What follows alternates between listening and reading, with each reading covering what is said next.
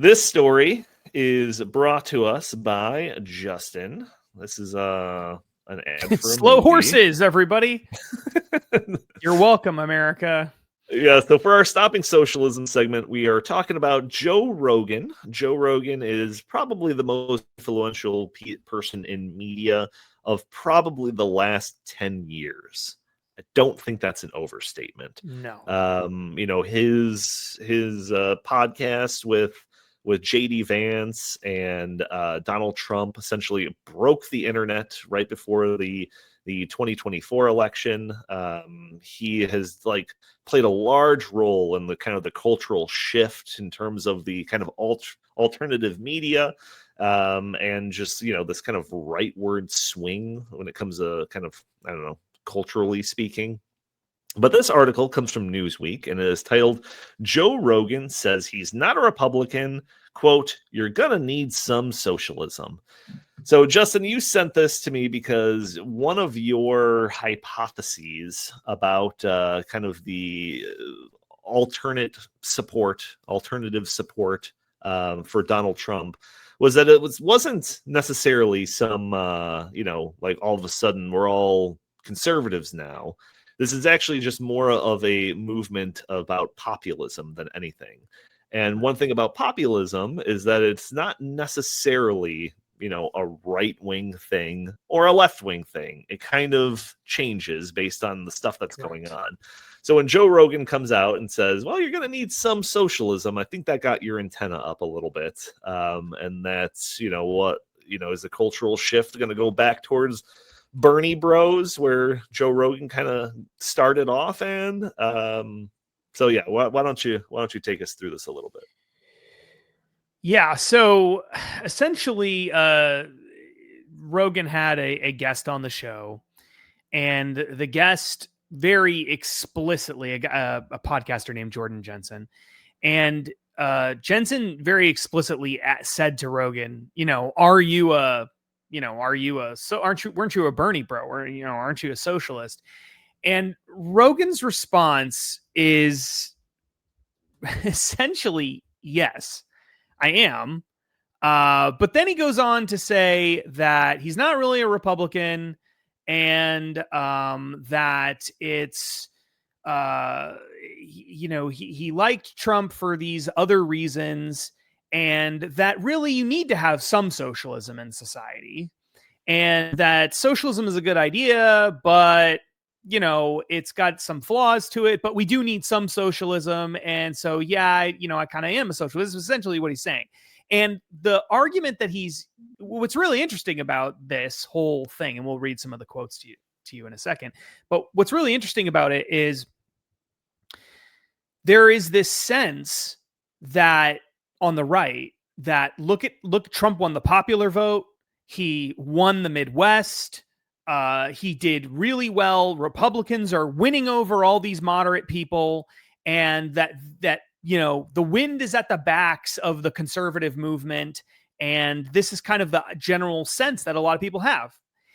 But when you actually start looking at polling data, like we did in the last episode of the show, of younger people 18 to 39, and you see, you look at the polling data for various groups, you look at some of the things that a lot of these sort of moderate figures like Joe Rogan, kind of independent-minded people are saying, you realize they're not real. The reason that they like Donald Trump is because he's anti-establishment, and because they don't like the establishment, and they don't trust institutions, and they think, and to some degree, they think the left has gone way too crazy on social issues. Right. Like, these are the two themes that you hear all the time.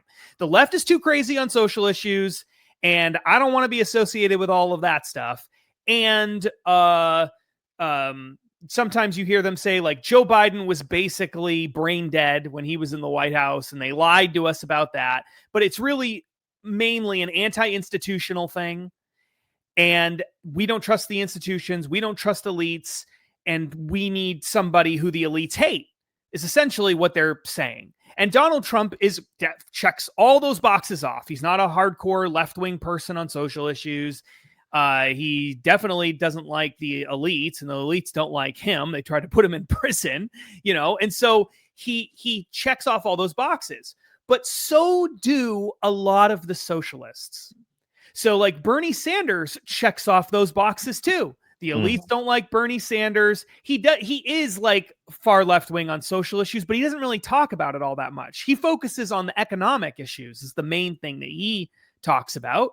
The $20 or whatever the heck it is now, $25, $50, I don't know, minimum wage, whatever he's preaching now.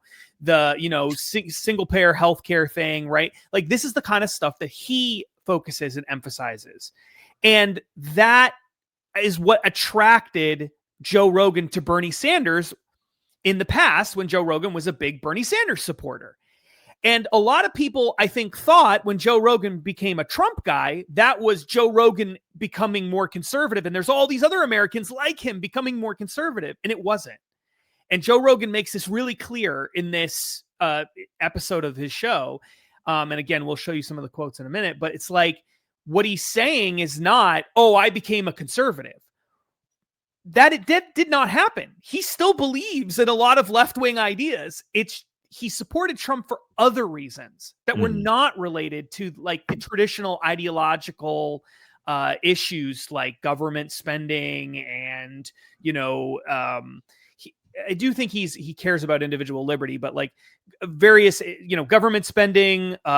We don't want too many big government social safety net programs because that's kind of an infringement on our rights. We don't want to eliminate, private health insurance, for example, like all these traditional issues.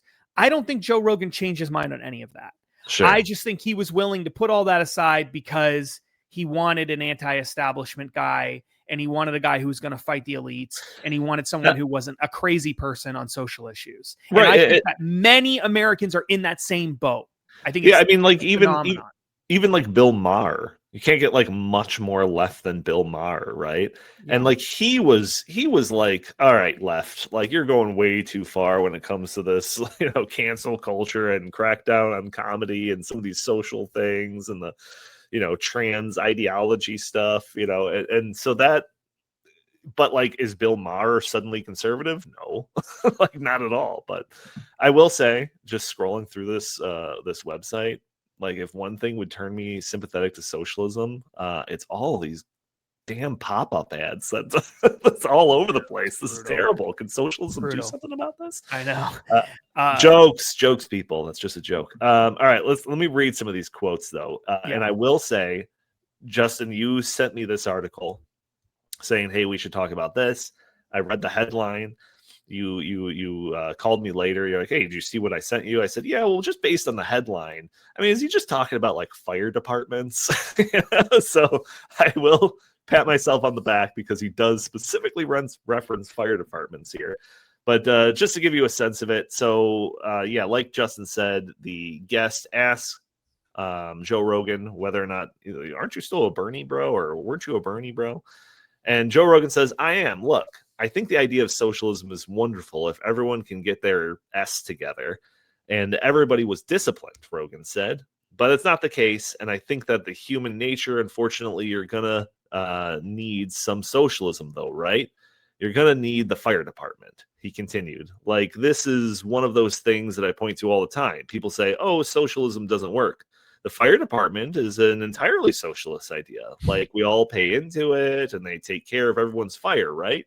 You can't only you can't have only the rich people have a fire department and the poor people get their effing house burned down all the time. That's crazy, right? We all agree to that. So, Joe Rogan definitely stopped short of saying, well, we should socialize the healthcare industry. We should socialize the energy industry. We should, the government should seize the means of production, which is like the real socialism. And basically just points to the fire department. This is something that we hear all the time, Justin. I mean, you mentioned earlier that your favorite example is like, well, we have snow plows, so there you go. We're already a socialized country, So I don't know if you want to address that, but my thought was like, this is kind of how the socialist rhetoric starts. You never have people being like openly advocating, other than, you know, the Democratic Socialists of America, advocating for like that other side of the spectrum, like the starting point. Yeah, the government should be in control of, like, you know, producing shoes and everything else that we buy. They start off with this like, well, you know, you're not against fire departments, right? So we just want to take this little slider on the spectrum and just move it this way, you know, from the fire departments, but we want to go a little bit more. And so when I hear Joe Rogan saying this, it's a little discouraging. But what's your response to the whole, you know, fire department? That means we're socialists. The fire department thing is stupid, and I hate that argument. I understand it. It's a decent argument if you're arguing against anarcho-capitalism or something, or like, you know, you're arguing against the position that we should have no such thing as government anywhere. But Sure. literally, 99.99% of people are not taking that position. And the idea that if you have any government service, that means that you're basically a socialist, just a light socialist, is a completely ridiculous argument to make. Because I could just as easily say, in the most hardcore communist society, if someone somewhere in that society sells to someone else based on a market, then that means that they're what, capitalists? Like, that's not how we use these terms. We don't call someone a socialist just because they believe that there should be a government service that, you know, provides some sort of basic property protection, like police and protection for people too, like police, for example, or fire departments. When we were talking about this on the phone, I mentioned courts. I mean, courts are government services. So does that mean that if I believe there should be courts that adjudicate, you know, various disputes between private citizens, or when people break the criminal code, that makes me a socialist? Like, obviously that's absurd. No, every single founding father of this country believe that there should be government services of some kind. So, like, again, so the military, does that make me a socialist? Well, it's a government program, right? Like, oh, it's a government. Like, these are stupid arguments that don't make any sense. But I think he goes further than that, as people often do who use the fire department argument. They start with that. Just like Bernie Sanders, who is like a self-avowed, you know, radical socialist, even will go immediately to $20 minimum wage as his thing. Yeah, I mean, as if that's what he believes and nothing else. Yeah, it says right here, Joe Rogan said the same perspective should be extended towards other parts of society, be it education or healthcare. That's right. And he also says, are we a effing community or are we not? And if we are a community, you have to take care of the downtrodden, and you have to do it because it's bad for them. And it's also bad for you, meaning that there are downtrodden people. We're all in this together. So you have to have a social safety net. I believe in all of that. And then he says later on, but I also believe you can't just give people free money, because then they rely on it and they become dependent on it. And then it takes away their ambition. They don't do anything. That's true too. That doesn't mean you're not compassionate. So he doesn't like either of these parties. I don't think there's a solution that's correct. I think you have overcorrection after overcorrection, blah, blah, blah, blah, blah. So you need to have some kind of socialism. He also very explicitly said that in reaction to him being asked flat out, are you a Bernie bro? He started his quote with, I am.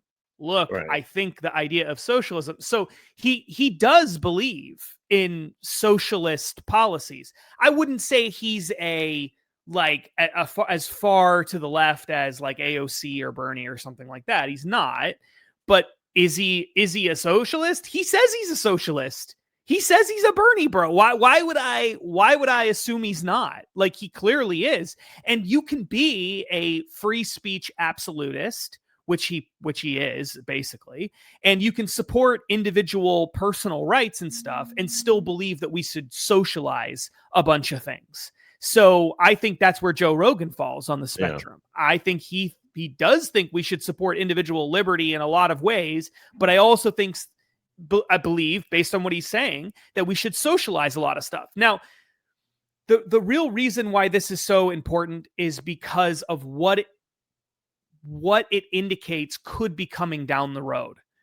Because when Trump leaves and is not the running for president next time, the challenge is going to be for whoever the next person is, and for the Republican Party in general, and for conservatives in general, to figure out a way to appeal to the Joe Rogan types of the world who actually are leaning socialist on a lot of things, but are also in line with us on free speech and stuff like that, and not run the risk of him drifting off to Bernie Sanders land, or whoever the Bernie candidate is, because he actually prefers the socialist policies.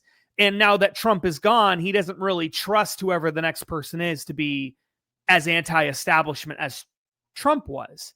And the longer term issue with all of this is, are we, even in cases where the conservatives are winning politically, are we actually losing in the long run? Because ultimately conservatives are just, the big tent coalition is actually just becoming more and more to the left, and we're not even really realizing it, because if the Joe Rogans of the world are now on the right, but he's basically a socialist on healthcare, what does that mean for us in the long run? What does that coalition look like?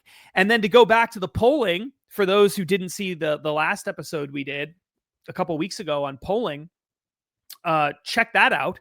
We talk about this 18 to 39-year-old poll that Donnie and I wrote for Rasmussen Reports in the Heartland Institute that shows that a huge chunk of young people, over 50%, say they want a socialist president in 2028. Not that they would vote for it, but that they want it. And that includes a large proportion of people who are self-identified Republicans and conservatives. And 35% of the people who said they voted for Trump in the poll in 2024 said that they wanted a socialist president in 2028. Well, that's exactly the Joe Rogan situation. That's exactly what I'm talking about. So this is a real problem. Like, the idea that the right is conservative and the conservative ideas are winning people over, and that's why we're winning more elections and all that. No, I don't think that's true at all. I don't think it's conservative policies that's winning people over. I don't even think we talk about conservative policies most of the time in the media on the right. It's the free, it's at least not the economic ones. I think there are individual liberty things that are persuasive, and those are conservative policies. And I think it's the anti-establishmentism of the Trump movement, coupled with the we're not crazy people on social issues. All of that together is the coalition. Right. And if the Republicans wake up one day and say, we should go with someone who's like a little more mainstream, we don't want a Trump type guy in there next time, why would Joe Rogan vote for that guy? Sure. Why would he vote for Nikki Haley? Like, right. He's not. He probably would rather vote for Bernie Sanders. So that's a huge problem, and I don't think the right is taking it seriously at all. At all. Yeah. I think that this specter of socialism is definitely kind of rearing again. It after Bernie Sanders kind of got swatted down by the liberal establishment for the second time back in 2020. It kind of faded away. Like there wasn't a whole lot going on the socialism scene, but it does feel like there's a bit of a resurgence. I mean, we've talked about Zoran Mamdani a few times already. There's a few other stories out there. And just the proof that this article exists, talking about Joe Rogan and just the words Joe Rogan and socialism being in a headline together, I think is further evidence that this is an issue, and that's why we're talking about it, and we're going to be continuing to talk about it. I will say that I don't think it's necessarily fatal. I'm probably more of an optimist between the two of us on this show. When Joe Rogan even specifically mentions education and healthcare, I would love to explore that. I would love to see him talk more about that, because I don't think that he's necessarily saying that the healthcare system should be socialized, that we should have universal healthcare. It's very possible that he's still just talking about these social safety nets and these downtrodden people that need help when it comes to getting healthcare and that sort of thing. But I think that this conversation is going to be one that's going to be had a lot more in the lead ups to the midterms and the next general election. But